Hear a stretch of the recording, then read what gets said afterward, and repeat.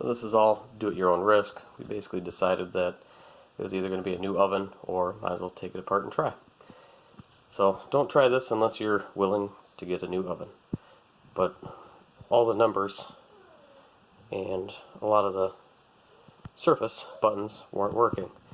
Any of these, you would touch them, it would do nothing. Same thing with the temperature. Some of the numbers would work for the temperature, but you couldn't type in 350.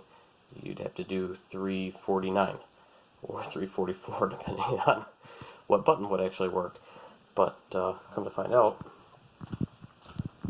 the ribbons for those numbers and all the buttons on the front are these two blue ribbons.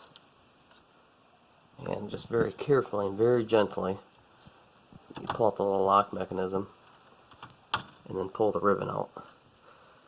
And then I clean the ribbon here with a little bit of contact cleaner. And the other thing I did was I took a business card and cut it to fit in where the ribbon would go. Just put a little bit of contact cleaner on the end of the business card and then shoved it in and out a couple times just to get the contacts inside clean.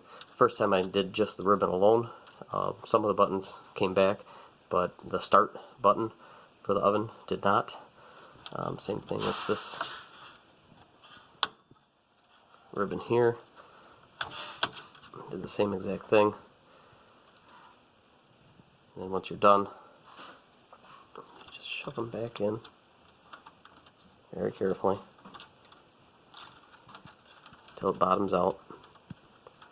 Then push the lock back in. Same thing in the top one.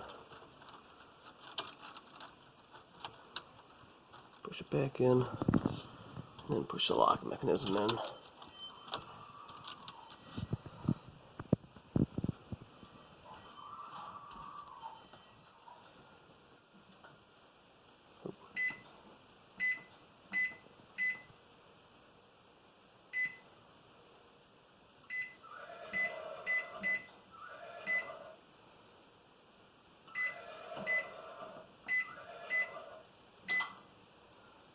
And see, now everything's working.